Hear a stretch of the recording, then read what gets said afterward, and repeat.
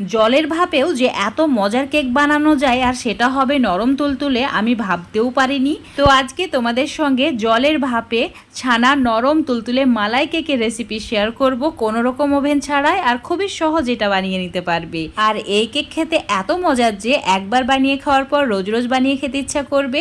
তো আজকের এই ছানার কেক বানানোর জন্য লাগবে ছানা। এখানে 1 কাপ মতো ছানা আছে।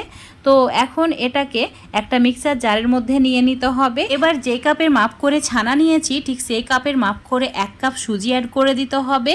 তারই সঙ্গে অ্যাড করে দিতে হবে 1 কাপের চেয়ে একটু কম চিনি, মানে চিনিটা নিজেদের স্বাদ বুঝে অ্যাড করবে, যে যেমন মিষ্টি খাও। তার সঙ্গে 2টি এলাচও দিয়েছি। আর ওই কাপের মাপ করে 1 কাপ আগে থেকে জাল করা ঠান্ডা দুধ অ্যাড করেছি। একদম মসৃণ করে পেস্টটা বানিয়ে নিতে হবে। আর এই পেস্টটা একটা বড় বাটির মধ্যে নিয়ে নিতে হবে। এবার এর মধ্যে অ্যাড করে দিতে হবে 1/2 চামচের একটু কম বেকিং সোডা, আর দিতে হবে 1 চামচের একটু কম বেকিং পাউডার। 1 চামচ সাদা তেল অ্যাড করতে হবে। ভালো করে একটু সময় নিয়ে, মানে 2-3 মিনিট সময় নিয়ে ফেটিয়ে নিতে হবে। এখন তোমাদের 3 মিনিট পর দেখাচ্ছি। আর মিশ্রণটা ঠিক এইরকম মসৃণ দেখতে হবে। তো এবার একটা কেক টিনের মধ্যে 1 চামচ তেল খুব ভালো করে ব্রাশ করে নিতে হবে। তোমাদের কাছে কেক টিন না থাকলে যে কোনো টিফিন বাটি নিতে পারো। তো অবশ্যই তেলটা ব্রাশ করে নেবে। তারপর এর মধ্যে কোনো পেপার দিয়ে দেবে।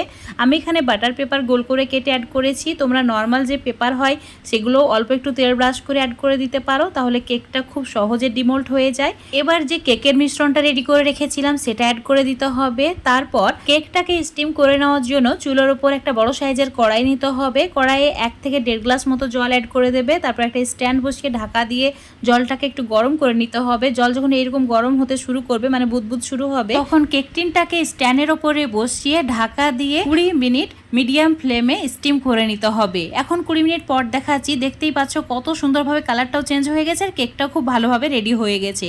এবার ঠান্ডা করে নিতে হবে। তো সাইডে রেখে দিচ্ছি। আর চুলোর উপর একটা ফ্রাই প্যানে অল্প একটু জল আর দিয়ে দিচ্ছি 1 কাপ লিকুইড দুধ। আর এই দুধটা আগে থেকে জাল করা ঠান্ডা দুধ নিয়েছি।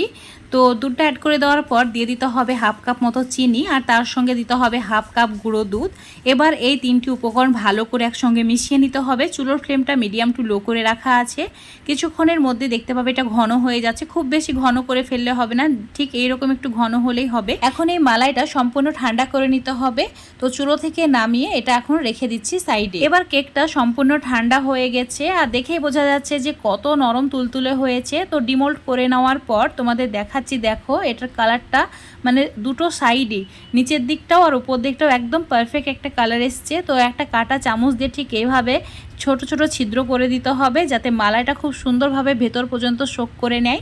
তো দেখতেই পাচ্ছ এখন মালাইটা যেটা ঠান্ডা করার জন্য রেখেছিলাম সেটা 1 কাপ মতো এভাবে উপর থেকে দিতে হবে, যাতে যে ছিদ্রগুলো করেছি তার মধ্যে দিয়ে এই মালাইটা যায় আর এই কেকটা একদম ভেতর থেকে জুসি হয়।